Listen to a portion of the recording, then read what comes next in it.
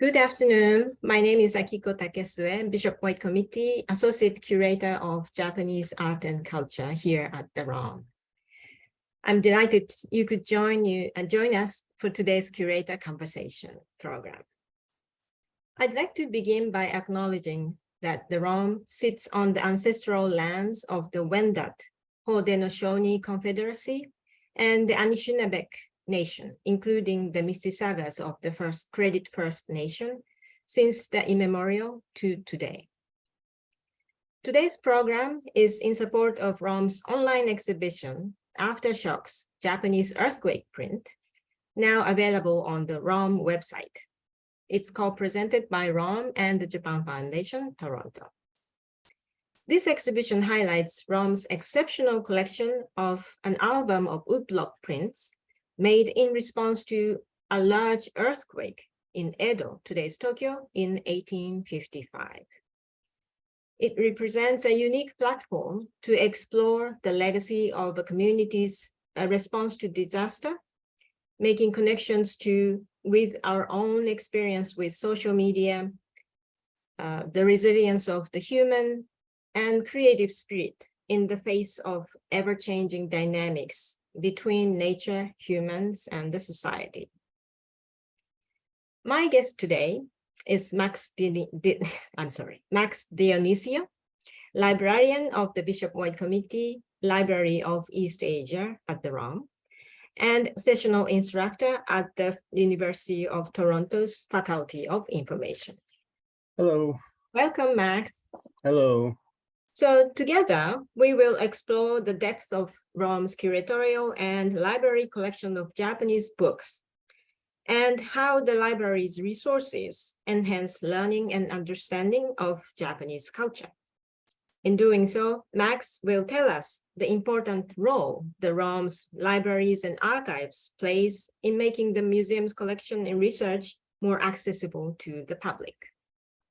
Thank you for joining me, Max. Thank you. So Pleasure to be here. Great. Could you share the screen?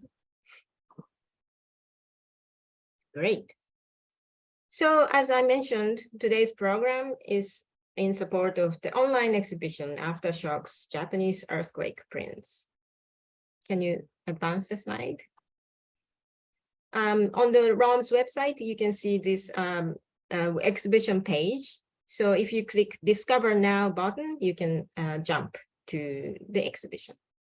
And in this exhibition, a very colorful woodblock prints, as you see here, some example I've shown here.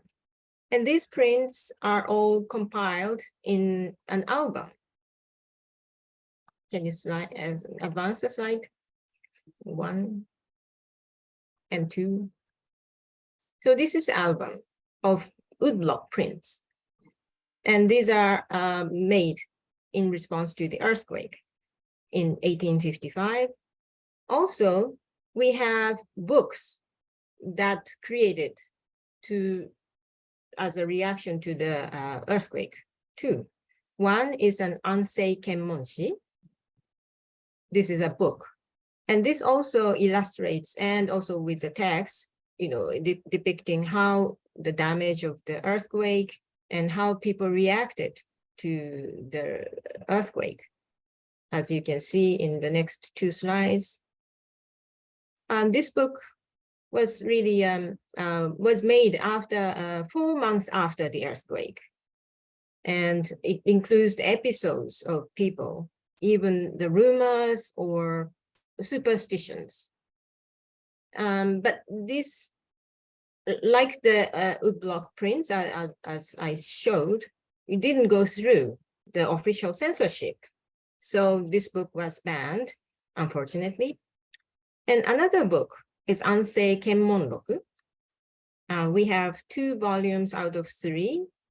And this also illustrates the aftermath of the earthquake. As you can see, very vivid and almost scary image of tsunami after the earthquake.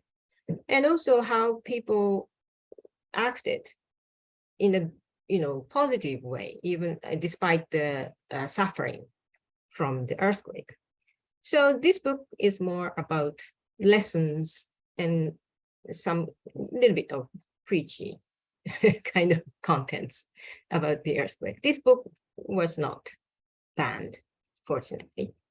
So in the museum collection, we have books, but also the library has lots of Japanese rare books. So Max, can you tell us the overview and some highlights from the library? Yes, thank you, Akiko. And again, welcome everybody. The Bishop White Community Library of East Asia is indeed a unique library at the ROM. We support the research for curatorial staff, visiting scholars, University of Toronto students, and members of the public who are interested in art archaeology of East Asia. And as part of the collection are rare books. We have rare books from Korea, China, and Japan. What you're seeing here is some photos from our rare books room. On the left, you'll see some of the rare books that come from Europe. And on the right, you'll see part of a project that we are currently undertaking, which I'll talk about a little bit later, which is our cataloging and rehousing project. But just know that this is a labor of love, and these are new boxes that we are currently making in-house that house some of our rare book treasures. One of the rare books that I'd like to show to you today that is often one of our favorites amongst students who come to visit and that we give tours to is this book done by a well-known Japanese artist, executed in the work was executed in 1814. This is done by an artist known as Katsushika Hokusai, and this is called the Hokusai Manga, Volume 8. It's one of the very few times, earliest times, that the word manga appears, and for those of you who are fans of Japanese comics, that word will be familiar. And its contents are everyday life. And there's some morality tales in the two, and some interesting sayings. This is a very important picture because it shows up in some textbooks, as will the next. This is how do you teach a blind person what an elephant looks like? And it's interesting because elephants are not native to Japan. There's no way of knowing whether or not Hokusai ever saw one. And yet, when you look at this picture, you can imagine that it's actually pretty well done for not having an animal species native to the country. And here the blind person is literally crawling over the animal to get a sense of what the animal looks like. And here we have faces of everyday people. They're just everyday citizens going about their business. One of the things that is important to know about the rare book collection at the ROM, which spans a very large range of years. We have examples of paper and books from as early as the 8th century and going all the way up to today. The majority of our collection, though, does come from about 1740 to around 1880, 1890, and they're all illustrated. This period of time, the Edo period, is a time of metropolitanization. Lots of cities are starting to build up. And in those cities, you can imagine the comings and going, there's commerce.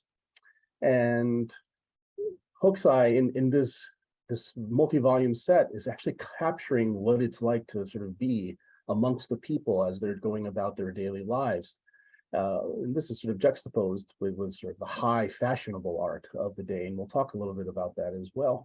But here you see the faces of everyday people, and particularly merchant classes, artisan classes who you wouldn't necessarily see. So even though these are somewhat comical, and manga at this time doesn't mean comics, but it means strange and sort of weirdish, these are the faces of the everyday people of Japan circa 1814, 1815.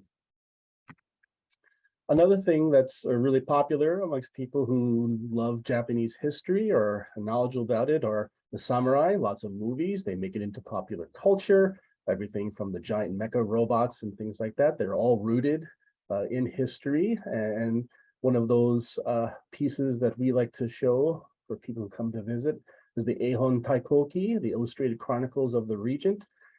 This shows a time of war at the earliest parts of the Edo period in the 1600s, when certain warlords, three in particular, wanted to unify the Japanese islands under one feudal system, under one ruler.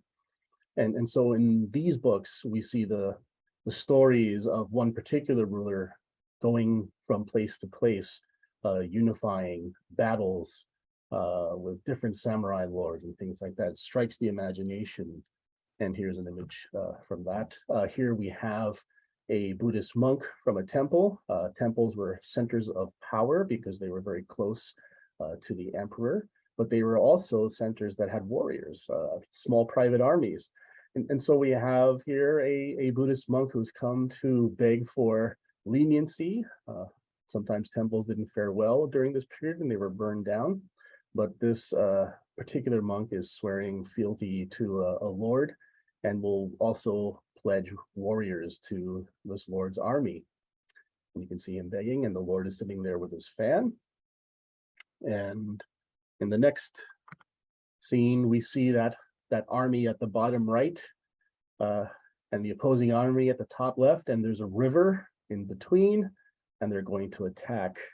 And if you look at the bottom right part of this image over here, you'll see one banner with some Chinese characters on it. So that's to let you know that the plea was accepted, and now there are actually Buddhist warrior monks in that army as well. So one of the things that's also really important about this period of time in Japan, the Edo period, and we're talking somewhere between mid-1700s, 18 to about the 1820s to 1850s, is that the merchant class are really interested in culture. They really want to know what's going on, what's the most popular things of the day, no different than today. What's the most trendy thing in the theaters, and what's fashionable. These pieces here are from our educational collection. These are called gokan, multi-volume sets that lampoon some of the most popular Japanese tales and stories and things that are going on, plays that are going on in the theater. They often come in multi-volumes and are sewn together so you can read them. These come from about the 1830s to 1860s, but they were quite popular, and some have called these some of the precursors to modern day Japanese comics. If you get up close, you can see that there's lots of color. They're done with woodblock printing. This is an actor portraying a courtesan, and if you look inside, you'll see there's lots of writing. Some of it's narration, some of it is speaking, but you can see there's an action scene going on here. Maybe someone has been caught in a sort of lover's quarrel. Those were really popular during this time, lovers, triangles and things like that were very, very fashionable in the kabuki theater at that time. So this could be one of those scenes from the theater that they're recreating. Really, this is a precursor of graphic novel today. Absolutely. There would be people who would know these actors and would come just to see those actors perform on the stage, and then to have something in graphic form on the page itself would be extra special too, because then you would be able to read it whenever you want. And here, just to show you daily life on the right-hand side, this could be any street in one of the major centers. Two major centers in Japan at this time. One is in Osaka. Edo is the other, which started out as just a very small fishing village and later grew up to be the large city of Tokyo. But on the right, you'll see someone selling snacks, right? People going around buying snacks. And then on the bottom left is a newspaper stall, right? People want to know what's going on, buying the news. And this newspaper is the Yomiuri Shimbun, so it's actually still in print today. So there's actually a nice continuity with things that are happening. So could you tell us how books were sold, and then how much they were, and then who read these books? Well, the wonderful thing about this is that this society is ordered, broadly speaking, it's a class society with aristocrats and samurai and warriors at the top, farmers then next, because they produce the food. Then you have the artisans who make the implements that you need to live, like tools and weapons. And then at the bottom are the merchants who sell the goods, and of course are the richest. But it's also important to know that the merchant class and some of the artisans and of course courtesans and aristocrats, but particularly the merchant class, and this includes everyone, are literate. And so the making of books, whether it is the carving of the wood blocks, or whether it's someone who makes the paper, or someone who binds and sews them, or whatever, like these are all fitting within this sort of hierarchy. And this book over here is part of a series called the Jinrin Kinmo Zui, an illustrated encyclopedia of humanity. It's a bit of a mouthful, but this is actually a sort of a compendium of all the different types of work that fit within this sort of class system. And one of them, of course, is book selling at the right. And you'll see someone is selling their wares. And you can see that someone might be interested in one of these books. We can also tell a little bit of something about the book that the person is interested in. That book is possibly a fiction book, just by looking at where the label is, depending on where the labels are put. If they are on the leftmost part of the book, most often they're fiction. If they're center, mostly they're nonfiction. So there's a little bit of indicator about that as well. But if you have disposable income, you want to buy things. So that's why we have a very nice record of people buying things and selling things as well. And book buying and selling is part of that. Great.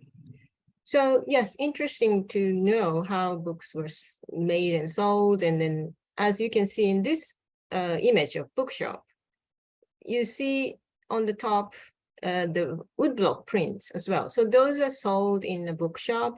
And on the right-hand side, the writing is the advertisement of the books coming up or now selling at the moment.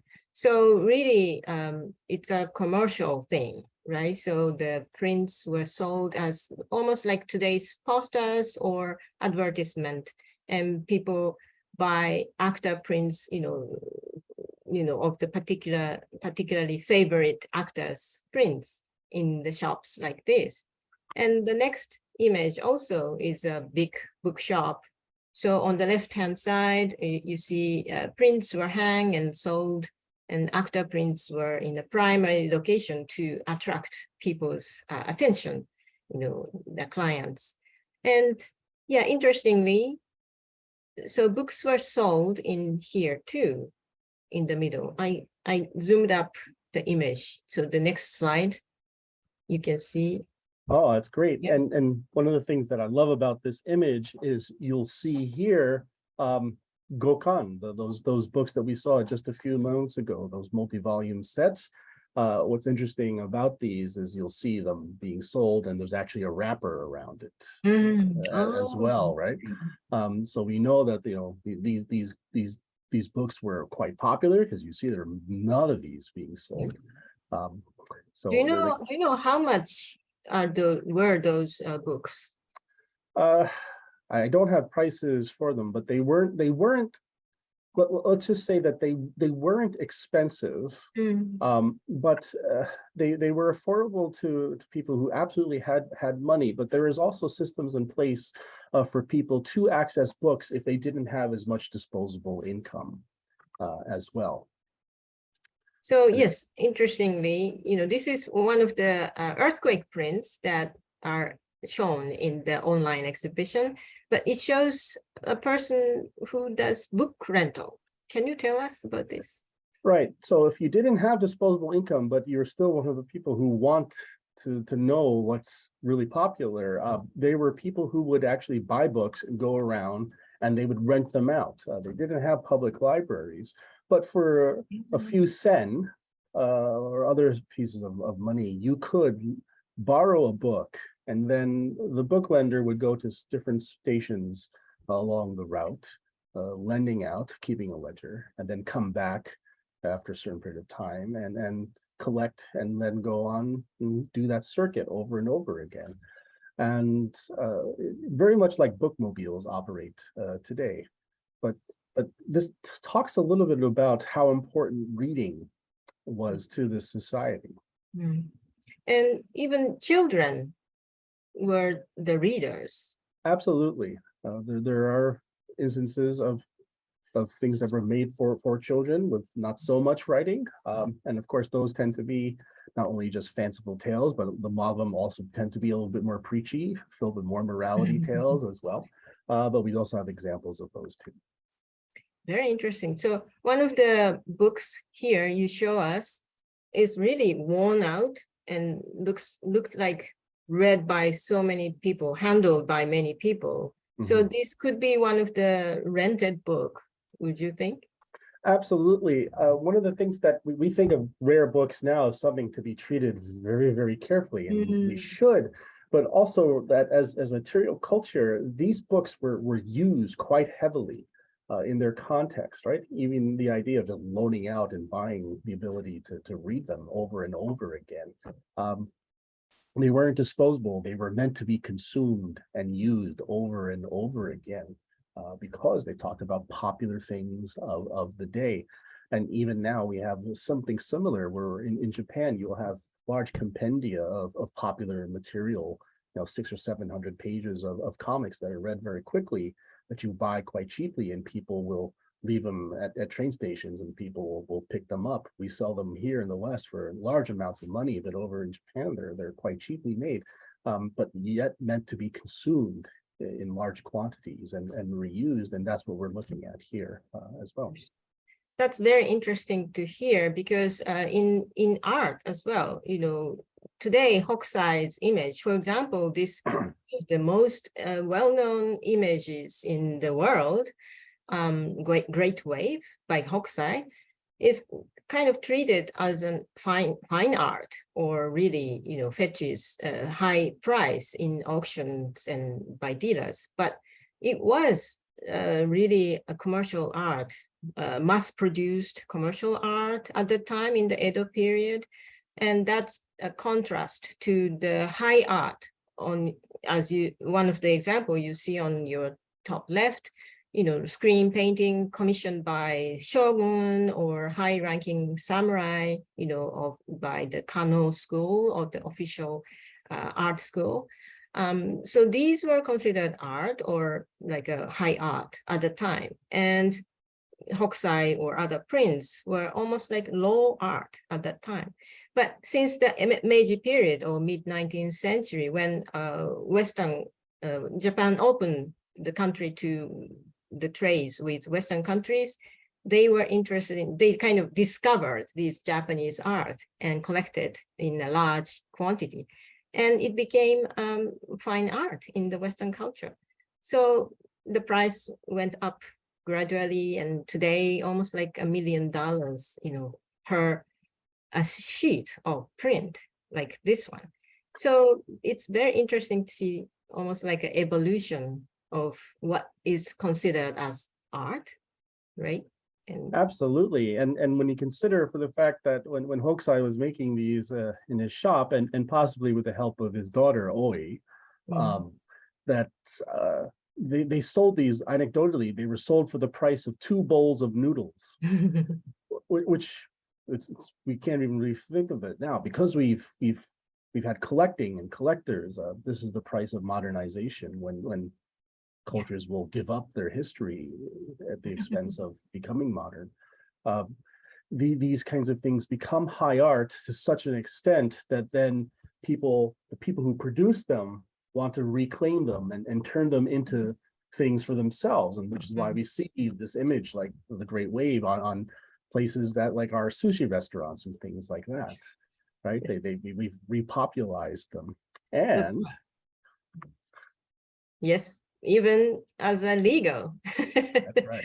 This is my favorite. I would love to have this. And yeah, it's quite interesting fascinating to see how, the visual culture circling back, up and down, and then, from high to popular. It's a very good example of that. Absolutely. So now, could you tell us more about your library? Sure. The library, I think, is a hidden gem. We are an affiliate of the University of Toronto Library System. We have 70,000 volumes and 150,000 titles. It's quite a large library with over 600 historical and active periodicals, many of which you can't find anywhere else in the city or indeed in Canada. We have exchange partners with museums and libraries in China, Japan, and Korea, museums as well. And our rare book collections are quite spectacular, I would say, but I'm biased. About approximately 400 Japanese rare books and 371 Chinese titles in over 4,000 volumes. But this is a picture of the library, but it goes a far way a bit. It was founded in 1933, opened to the public in 1937 by Bishop William Charles White, an Anglican cleric, an expert in Chinese art and archaeology, who purchased a library from a Chinese academic named Mu Shuixun and imported the library to Canada, where it became the first library of Chinese art and archaeology, and is to this day probably the most important Canadian library dedicated to East Asian art and archaeology.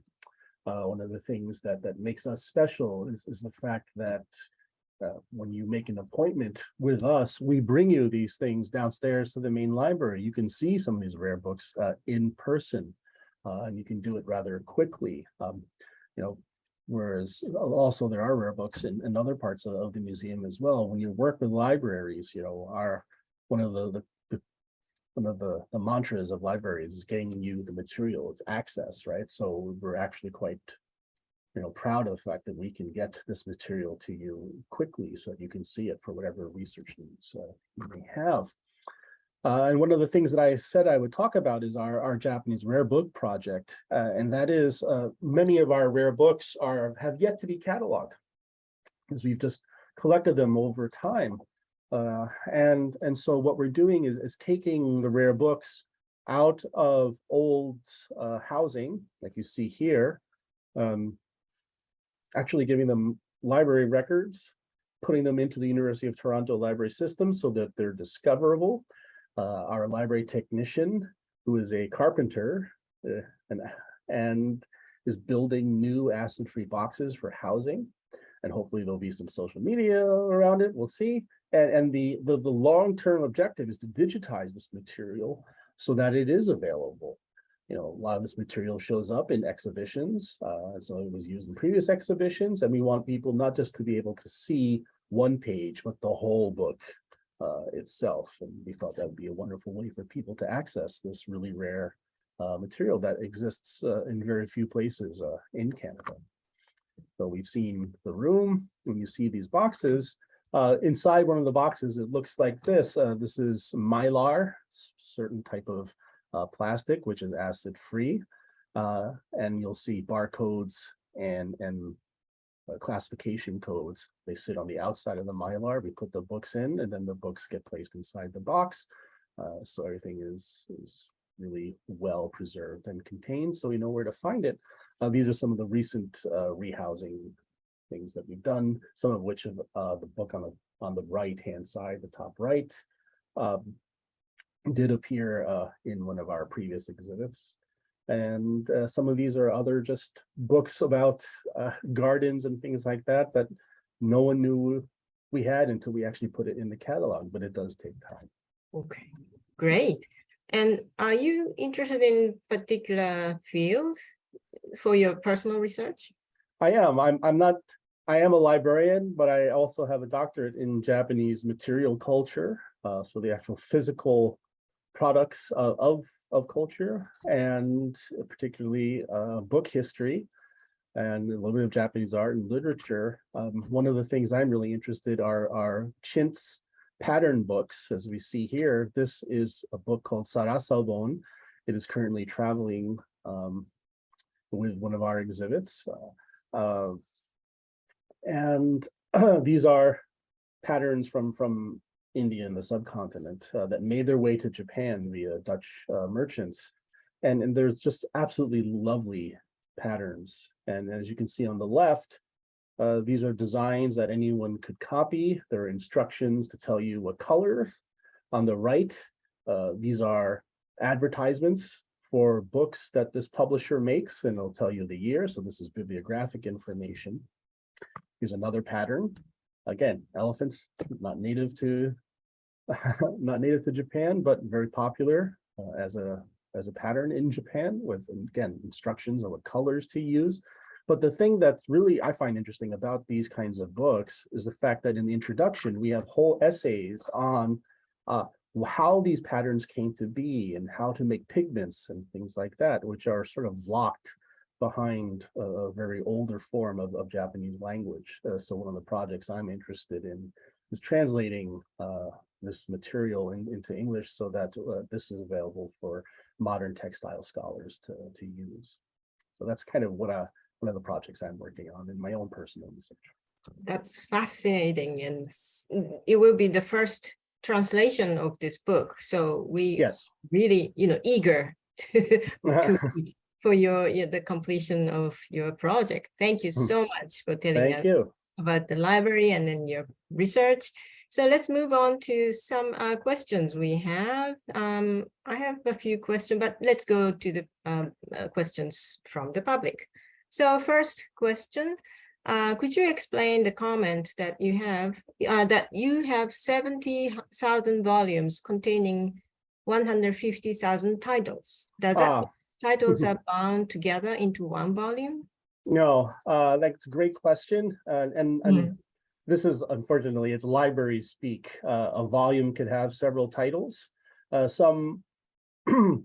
Sometimes they're reversed, and it's just a way of saying, you could have an encyclopedia that's one volume, and then it will have like titles of 70,000 to 10,000 BC, and then 10,000 to whatever. So that's just how we break it up.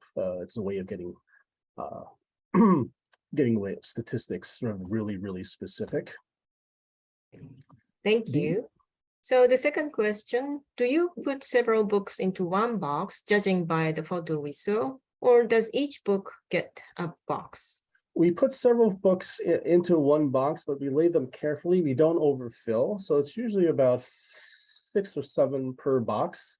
And then depending, of course, we do condition reporting on all of our materials. So if it's really, really delicate, we also have individual boxes. So some of the earliest material does not get put into this. One of the things that into these sort of larger boxes, one of the things that we have to remember, of course, is that some of this paper, if you feel it, is quite resilient.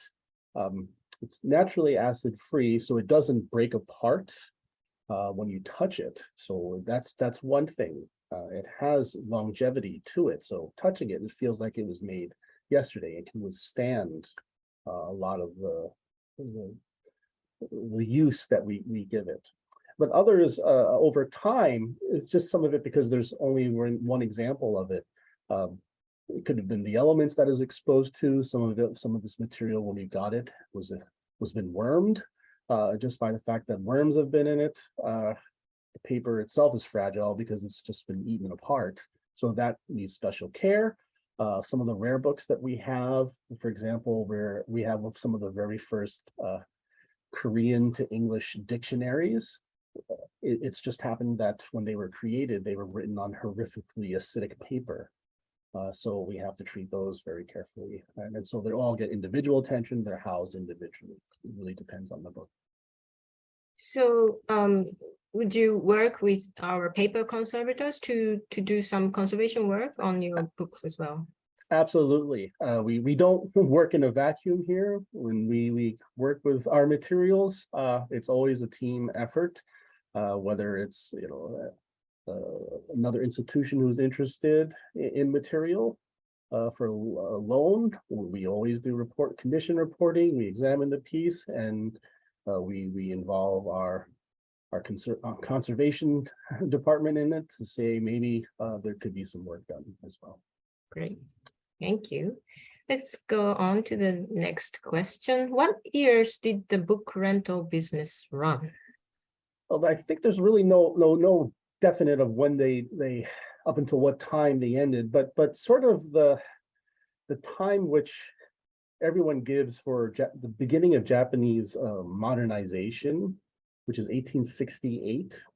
So 1868 to about 1880 are the years when lots of traditional pieces of Japanese life start to disappear, either by edict or by practice and habit. So this is when Japan is sending representatives out to parts of the world to get the best of the world, to bring it home so that it can modernize and hopefully fend off colonialization from Western powers. And so things like the printing press and then modern printing come in during the late 1800s as well. So things like book renters going out no longer is necessary, because you now have large-scale production of printing going on, as well as changes in education in the 1880s that are coming in from the continent. France and England in particular, as well as Germany, become models for education and sort of standardized textbooks that are printed on mass-produced paper and things like that. So the need for that kind of reading, as well as increased levels of censorship, also change the way reading looks as the years go on through the late 1800s. So how about the book binding methods? Japanese, or other East Asian countries too have specific binding methods. How and when did it change? It's still, to this day, there's still that method, fukurokoji, which is the idea of like when you make a block, you have to do it the mirror image. But then when you peel the paper off, the short way is that the Western model, you fold up and then you cut. That's how you get the quarto. In Japan, you fold down and then you sew. They still make that till today. I have a book right now that we recently acquired.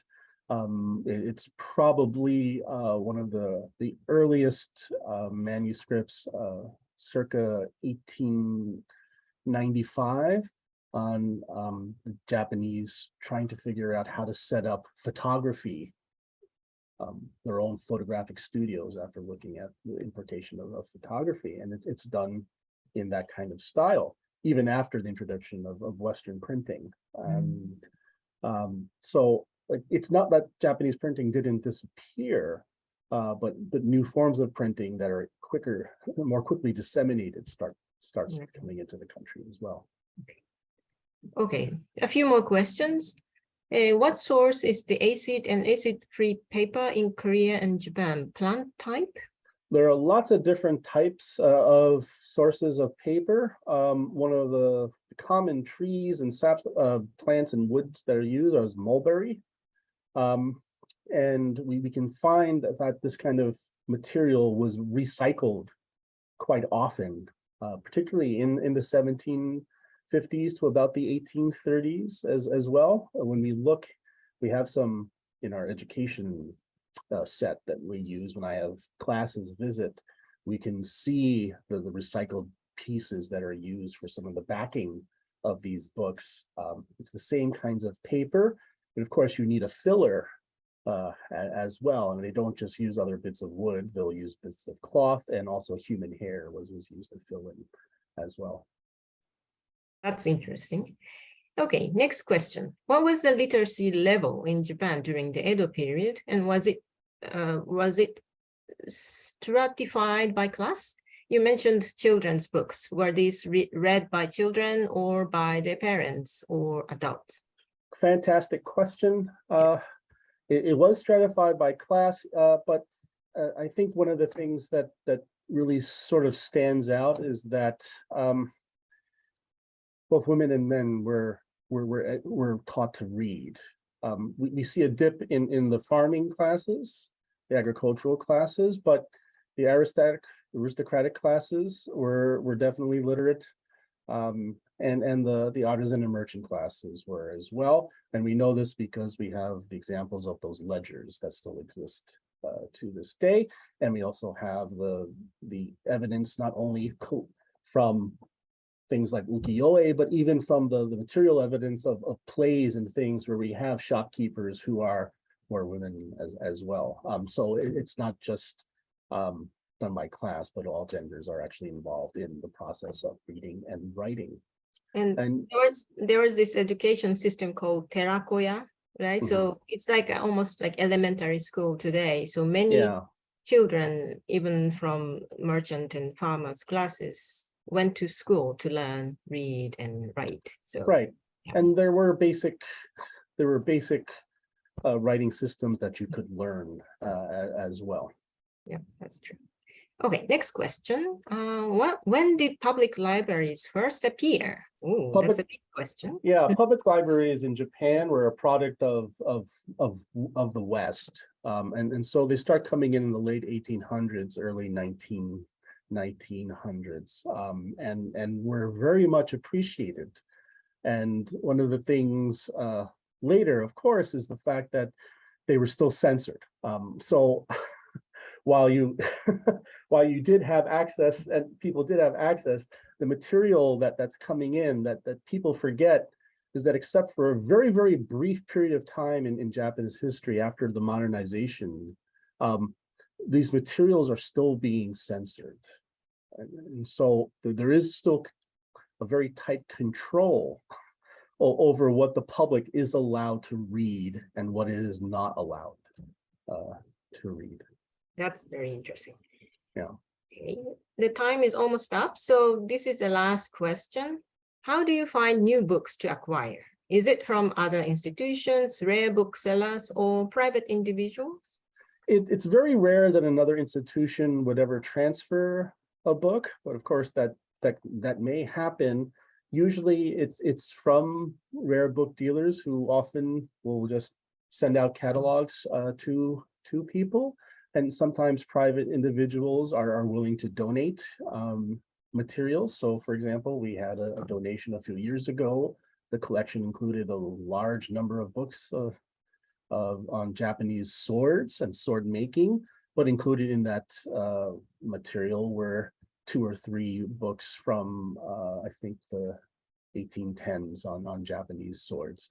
And so that just came with the collection as well. And of course, ROM Library and Archives is always willing to speak with people who want to donate books. And that's also something that makes us, I think, stand out, is that a lot of libraries, if you go to TPL, from a public library, say, I want to donate books, they usually turn you away because, you know, it costs a lot to actually process books, and oftentimes it's not their mandate.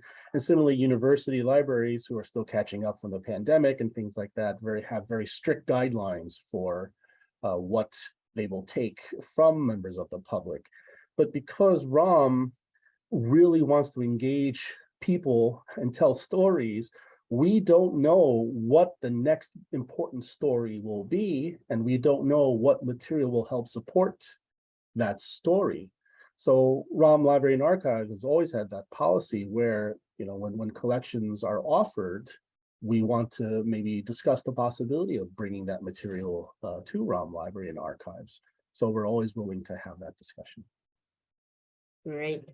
Thank you so much, Max. And thank you all for joining today. And we would like to thank Max for giving us a glimpse into the importance of ROM libraries and the wealth of resources that they had. Thank you. Thank you. So as I mentioned at the beginning, Aftershocks online exhibition is available now on rom.ca. And we hope you will have an opportunity to visit it and explore. We hope to see you again at one of our upcoming programs. More information on in-person and digital programs can be found at, again, rom.ca. So thank you again. Have a great afternoon. Have a great afternoon, everybody. Bye. Bye-bye.